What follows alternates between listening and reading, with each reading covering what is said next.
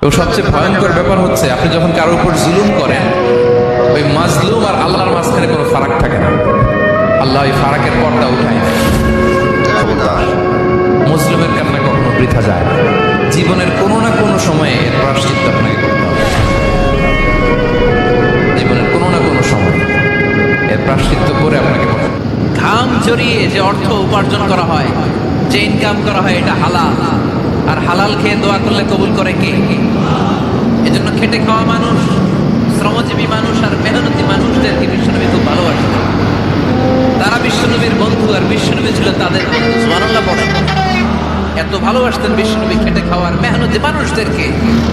সব সময় বিশ্ব ইসলাম তাদের জন্য দোয়া করতেন।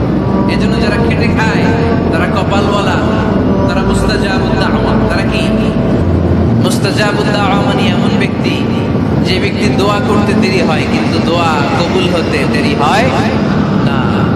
আমাকে যদি আজকে জিজ্ঞেস করা হয় তোমার জীবনের সবচেয়ে বড়